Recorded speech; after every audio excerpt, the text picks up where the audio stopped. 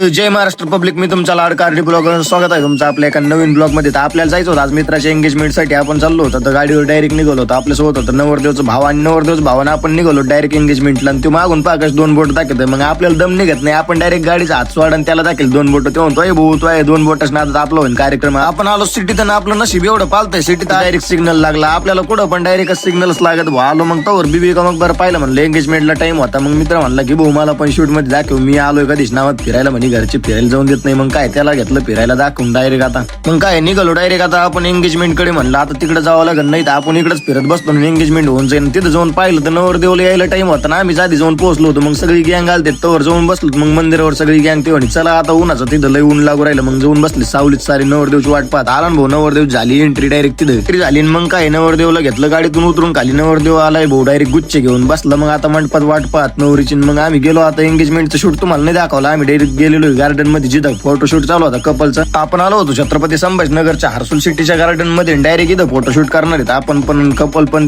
काय डॉन म्हणते, डॉन काय डायलॉग घेते आपला.